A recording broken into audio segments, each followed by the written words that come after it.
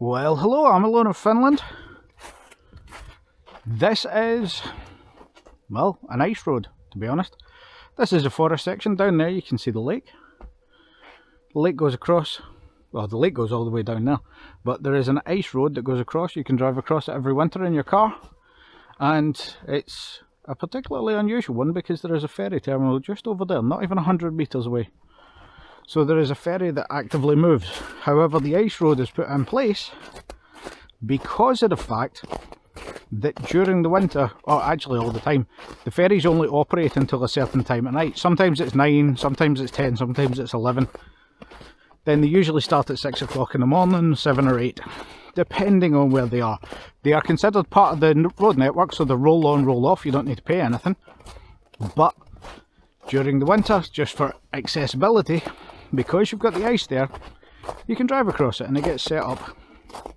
So once it's thick enough, people take their cars on it all the time. And it is mental. Right, so this is this is the place that I was at in my last video. Lovely little place not too far away from where I am. And it is set up by the local sort of lake supervisory board. I don't really know what you would call it in English, but essentially it's a whole load of retired people, mainly retired people because they have the time to do it, that sort of set up and service these things. It is sort of volunteer. Somebody left a message on one of the previous ones talking about like a national trust or a board, but this is sort of all communal run. There's no real council or anything that sort of gets involved in it. It's sort of the locals that set it up so people can do it. There is in some places, I think this one is one of them, where there is a little bit more formal organisation, but there's plenty of spots where it's not formal at all. It's the landowner that has gone, here's a good place for this, let's do something. So you have bins that are sort of emptied regularly. You have a toilet in there if you need it, just a big bio toilet. Down here is the wood part. Now there is signage on this. I can't remember how much I put into the previous one. This is all solid ice, so it's sketchy. But as you can see here, you've got saw and axe. There's timber there, but this says the burning wood is only for the people that are sort of going through on the boat path. So they'll leave a little bit of scran here. If you drive out to one of these places and use some of it, nobody really minds. But in general, if you're somebody that's not on the boat path, you've got the ability to bring your own, so you might as well. And everybody here has firewood. It is like the most common thing. There's a funny joke about the fact that they sell little bags of firewood in almost all of the shops, and it's usually only German tourists that buy them, because everybody else has their own. But as you can see here, there's a dock for the boat. Let's just go down to it, right as well. Now this is very unusual. If you have been in Finland, essentially what's going on is global warming. In the decade that I've been here, it has gotten warmer and warmer every year. Less snow and winter ends earlier. What it looks like just now is what I would expect it to look like in a month's time, sort of mid-April. The beginning of March, you would usually have all the roads and things clear. The lakes would still be frozen, and there would be a little bits, like little clumps of ice from where it's been sort of washed out together. But that would eventually start to melt. And the 1st of May, you would see a little bit of it there, but it would be gone by the 5th. However, mid-April, it would sort of look like this, but it's not mid-April, it's not even mid-March. As you can see over here, we've got the ferry, so this just runs forward and back. You can sort of see the line where it's going, but literally there is a ski route, so you can see the road there that I was just at, just crosses along there. So the difference between the road and the ferry is literally 100 metres. It is just fantastic. And then this is a little sort of boating area that comes in. The lake goes further up that way, further down this way. The Lake District in Finland is, I think, the biggest in Europe. There is a hell of a lot of lakes. And around about where we are, there is Saimaa norpa, which you might have seen on the signs. So that is the Lake Saimaa ring seal, which has been isolated from the population for quite a while. So it's its own thing genealogically, which is quite cool. You see there's a little fire pit down there, so you can sit down your stuff, have your little barbecue right by the water, or there's a bigger one up here.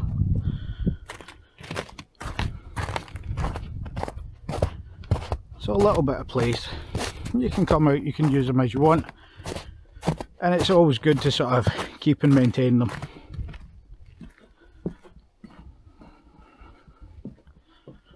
And then there's also walking paths all around this area. There's lots of walking paths. You can see that somebody's brought and dumped a fair chunk of firewood. Oh, somebody's been here very recently. Isn't that nice? So they brought some stuff. They've taken the matches again. Every time I come here, I bring a packet of matches without fail, and when I go, I leave them. And I was here less than a week ago, and a full pack of matches has disappeared. But yeah, let's get on and make some food. So my old Bobblebee bag from back in the day. Today's drink of choice is Red Bull, which if you're ADHD it's calming, not energising. And for me, I definitely need it after that drive, because that was some sketchy stuff in the wife's car. Having a narrow wheelbase is definitely more interesting. Now, your man's left a big crusty log there, but all of this stuff is fairly big. And my firewood's a little bit smaller, so I'm gonna go with mine. And if I get it right, I won't even have to restart. So for those of you who don't know, this is birch. It is sort of ubiquitous over here. And what you can do with it and why it's such an amazing thing, as I said in the previous one, is you just peel off the bark. It comes off, I think it's known as paperbark tree in North America. As you can see there, there's a big chunk of stuff here. It just comes off like that. Not much at all. However, if we throw it all together there, that's the start of your fire.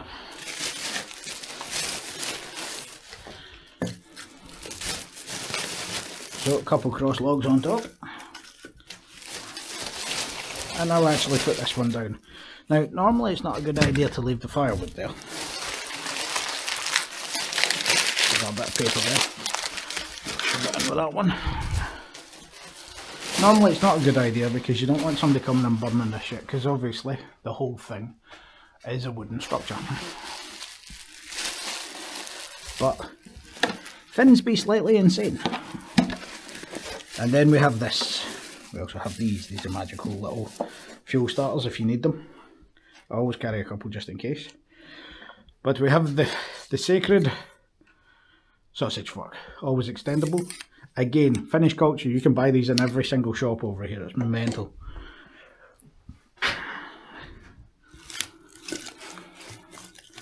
So all I'm going to do to get this kick started, because it's already going a bit, now I'll just use a couple of matches just in case.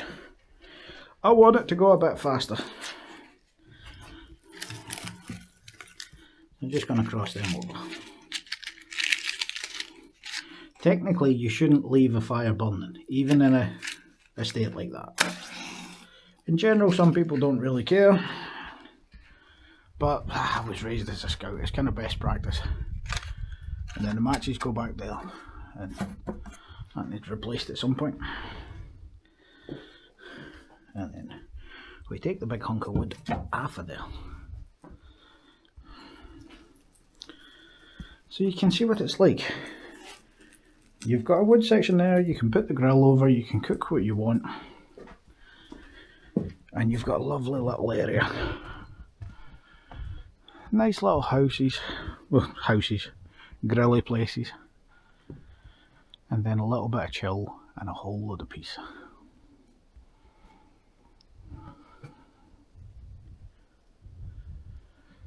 Definitely one of the best things that you can get for de-stressing, in my opinion. There's something to do with a fire, having a fire pit, that is just weirdly chilling. So you can just sort of calm yourself down and get lost in the flames. And it's definitely recommended, especially for those of us, which is most of us I think these days, that have some form of trouble or fear or worry or stress. All of those things. Well, usually all of those things together. So yeah, just going to let that get started a little bit, then get the sausage on. Well, as you can see here, I've put the grill over the top of it. Let's get our sausages. I'm actually going for the same type that I had last time because they were so good. The Snellman chorizo. I did have a couple of packets of different stuff in the house. However, these are the ones that the other people in my building do not eat. For their spicy. Not that spicy, but these things happen. Right. Plastic and rubbish always back in the thing. We've got a tin. I didn't mean to put them off to the side there, but I'm sure they'll be fine. Give them a couple of minutes. If you know, you know. So obviously I'm Scottish. I like my sausages on a bit of a buttered roll. Here is my buttered roll. So what we're going to talk about in a fire today, let's talk about trust. Trust but verify. Now this is an interesting concept because a lot of people have both issues with sort of trust of powerful figures, of knowledgeable figures, and for some people it's a case of their issue is that they trust them too much, and for some people it's that they don't trust them. The anti-vaxxers are a perfect example of this. A whole load of people that don't believe in vaccines, that don't like vaccines because they don't trust the people in authority, and part of it is that they're too stupid to understand. And there is a funny sort of religious attachment to some of that as well, because you've got a lot of people in America where this sort of started off that are like, oh well, it doesn't say it in the Bible. It's nothing to do with the Bible. It is just that they like having an excuse, and the Bible is a useful little document for what they want to show. But actually covering your face using masks, even sort of exposing to other things like the rudimentary science, if you want to call it that, behind vaccines is actually written into the Bible in some passages. So it's a funny little thing. But you get an awful lot of people these days that have problems that sort of stem from maybe placing your trust in the incorrect people. And a good example of this for myself is that lovely ADHD. Let's just whap that onto the roll. These have curved the hell of a lot. So there we go, we've got one on. Let's grab my other butty. I don't actually know, is butty a Scottish term or is it an English term? I've had a lot of problems with that in my life living outside of Scotland, that a lot of terminology for Scottish things. What was a big one? A skelf. Oh, hey, flaming sandwich.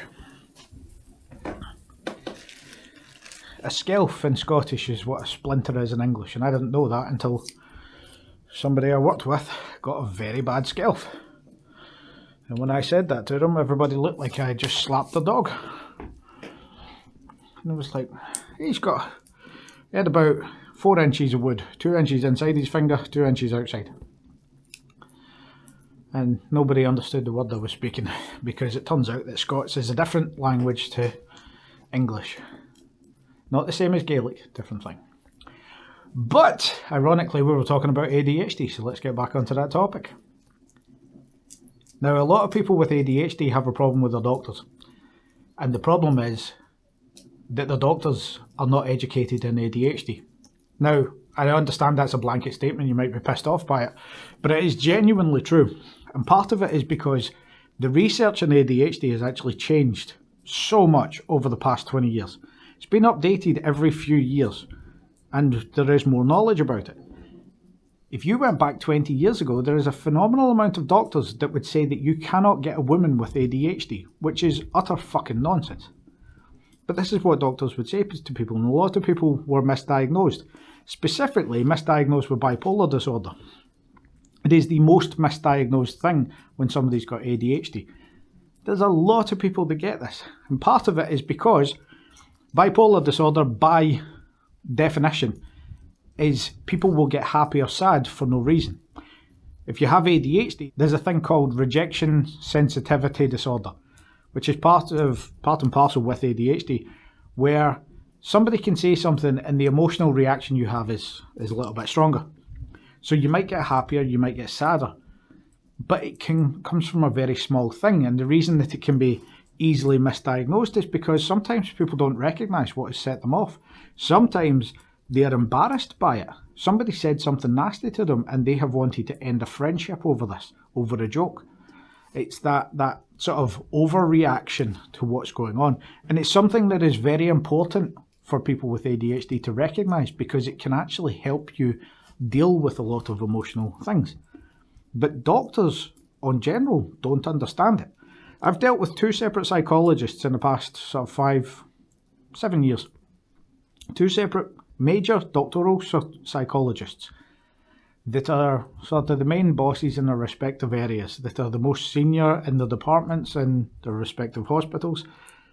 And they were both shocking fuckwits when it came to dealing with ADHD, which by one of their admissions was 30% of their clientele, as it was referenced to.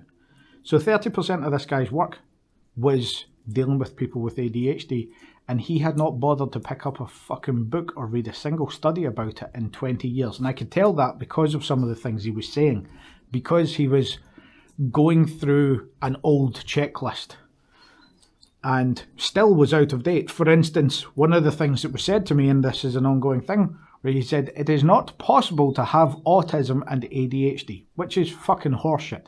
In fact, it is standard practice nowadays in the UK and in the US to diagnose for both at the same time, because they are so often occurring together. And a lot of people that have got older diagnoses that were diagnosed a decade ago, 2 decades ago, have no idea about this, because they got a diagnosis, they got an explanation, in some cases they got medication. If you have a problem like this, be it with a doctor, be it with a teacher, somebody in authority, and you want a second opinion, ask them for it. It sounds like an odd thing to say, but ask them for it. Ask the person you have a question of for a second opinion, where you should go. Because this is the perfect test.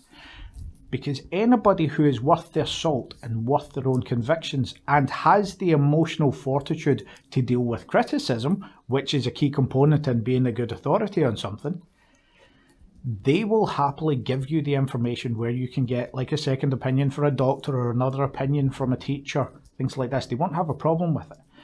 If they come back at you and sort of attacking you, saying that you're the problem, that they don't need a second opinion, any of that jazz, that tells you that them as a person is a dangerous person to know.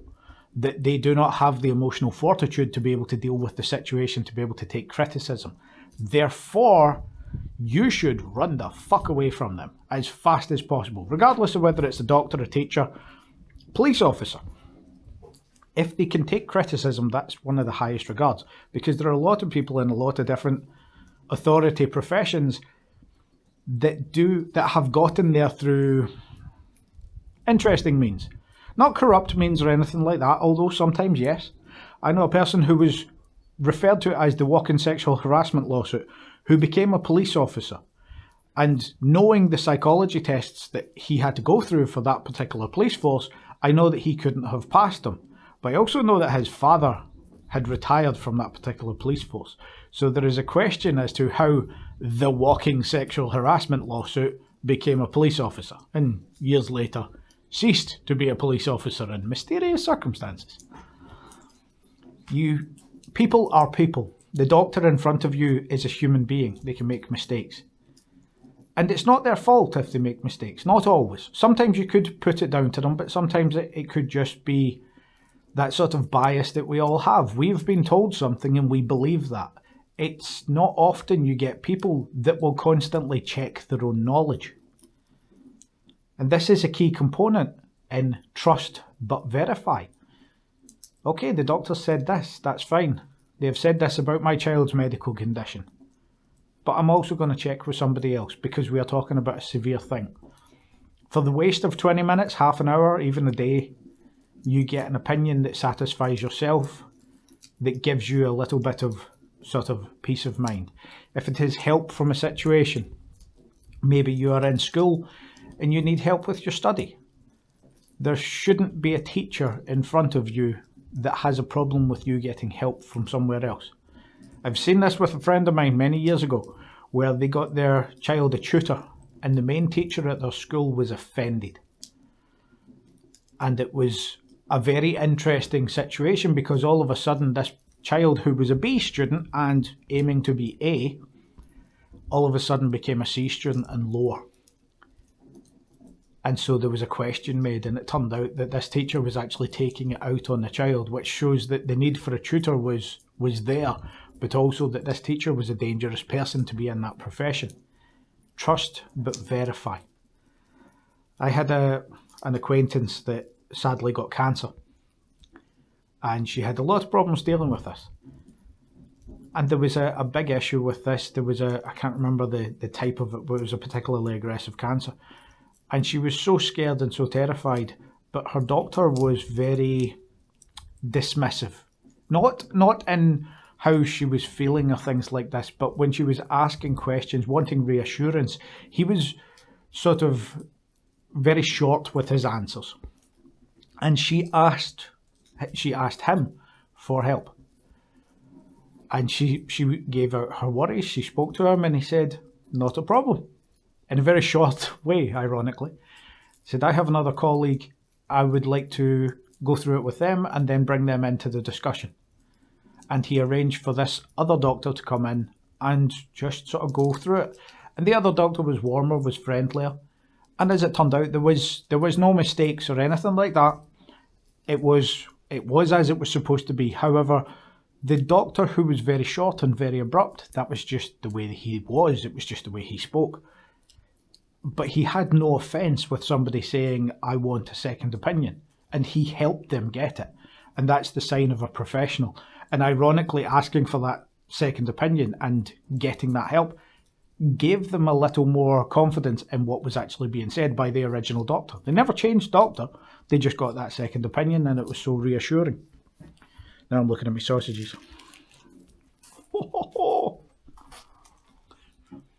If you're watching this, yes, I've bitten from both ends because of the way the sausage was sticking out. Fight me. So if you're dealing with somebody in authority, trust but verify. Listen to them, take on their advice. Speak with them and try and get as much information as possible. Try and get secondary sources. But always verify what you're going through. Doesn't matter what it is. I was doing rope rigging for a high ropes activity at one point. Me and a few friends were doing. And we were setting up something. There was a person there who had an SPA, a single pitch award, which is a climbing certificate. And he was considered very, very knowledgeable because of the certificate he had. I personally at that point didn't have any certificates for climbing or mountaineering or anything like this. So I deferred to the guy with the paper. And another friend of mine, who also had the single pitch award, had only recently acquired it. And all of his climbing had been on single pitches, little cliff ranges, sort of 8 to 10, maybe 20 metres high, where you just go up and set up one rope for a day or go and climb just that thing. But this other gentleman that had his main certificate that had it for longer had also been, according to him, working towards his Mountain Leader award.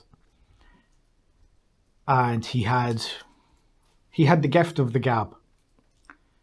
And we were setting up something one day, and I looked at what he was setting up, and he was putting an anchor in the wall for lots of people to climb on. It was going to be a major safety feature. We could not let this thing slip. It was literally life or death.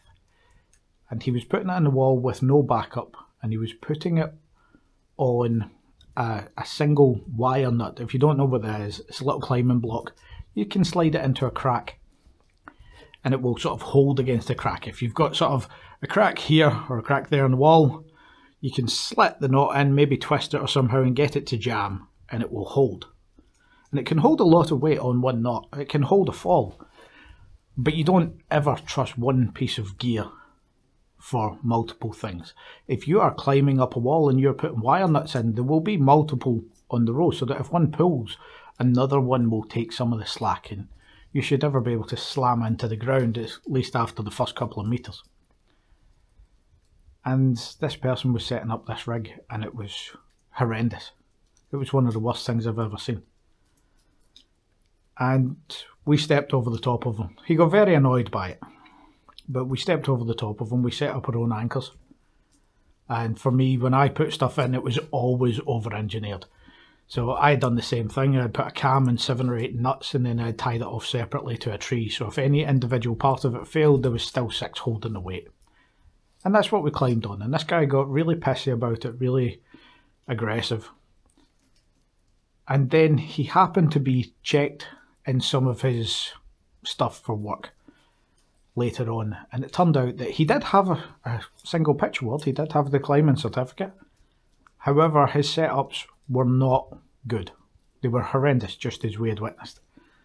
So the most trusted person on the site that day was actually in the wrong. And some of the people, one with a climbing qualification, another who was just a happy amateur, had more expertise at setting up these rigs. So always trust but verify. You should never be afraid to do it. It is one of the most important things. So that has been this little bit of a spiel today. Trust but verify has got to be the most important thing that I had ever learned. And I did not learn it until I was in my 30s. I was somebody who would take people at their word. Probably partly to do with the ADHD. But I would take people at their word. And in some cases it led me down the wrong path. But it is something that the question, challenging somebody on their knowledge when it is a serious thing, be it your education, be it a doctor, be it a police officer. If you are challenging somebody on their knowledge, if they are offended, that tells you an awful lot. Because it is normal for somebody who does not know to ask a question of somebody that does.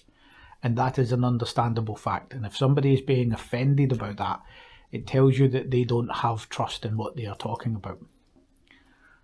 So, that is today's spiel. I'm going to eat another sandwich, another little butty, and then I'm going to be clearing this up and going.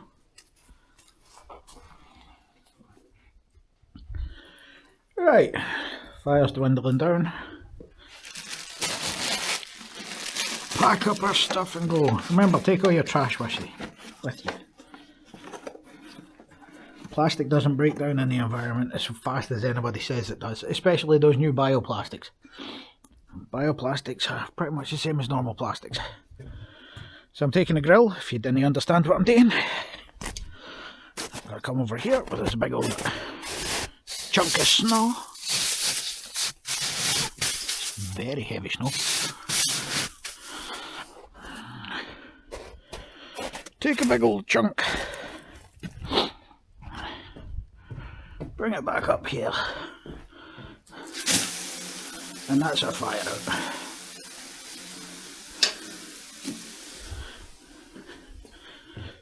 Take another one for good measure. By the way, it doesn't matter if there's any stuff in here. All of the wildlife can get to the fire pit anyways. It's heat that purifies everything. There we go, so that's all steam. Now if you didn't see this before, go through it one more time. The fire pit, which is an old tractor wheel, has been heated. The stones have been heated around about. All of the coals will get soaked through, they'll stop being on fire. Then the heat will melt all of the snow, which will drop through the bottom and dry everything out for the next person coming along. So if somebody comes here in about half an hour, that'll be ready to burn again. But for now, it's safe for the next person. So let me just toss this away. You can tell how much damage has happened to this over the years. I used to use this backpack when I went caving. Still got all the cave schmet on it. And again, take what you brought. Although I'm taking it because I'm not finished. But way back we go. And one last one. If you're somebody who is walking around about in a place like this that's got ice and snow and things like this, doesn't matter if you're cold, don't put your hands in your pockets. I know it sounds particularly daft. I know most people don't do it, but there are a few. And I had somebody I worked with who was doing his rounds as security on an outdoor facility. He had his hands tucked into his pockets and he slid on the ice and he went down face first. We had to call out the ambulance. The ambulance, because it was so snowy, couldn't get up the hill. This was back in Britain. The ambulance couldn't get up the hill. They had to call out mountain rescue to come and get this guy. And he cracked his jaw. Both joints, either side of his jaw, had been forced backwards because of how severe the impact was. All because he had his hands in his pockets. For two separate reasons. The first one was when he slipped, he couldn't get his hands out to stop his fall, but also because he couldn't get his hands out to wave them around, because that can usually save your balance. Doesn't look pretty, but it saves your balance. So there's two separate mechanisms that can smash your face off the ground when you're doing that. So here's an interesting one. Now we are still in spring, the sun is going down, we're after 5 o'clock in the evening, but here's the interesting part. The sun's actually down, it's behind the horizon, but you still get so much light refraction here. You've got a good half hour of sort of light bent light, and this level that you're looking at the moment, this level of light where you can see everything around about you, and I'll colour balance this in the video so that you can see it in the way that I'm seeing it, because the camera records it slightly better. But this is what midnight, the darkest hour, looks like for about 2 months during the summer. This is what you would see at the lowest light level where I am. It's fantastic, it really is. So let's go for the drive again. As you might be able to see by some lights there, somebody is coming across the ice road right now.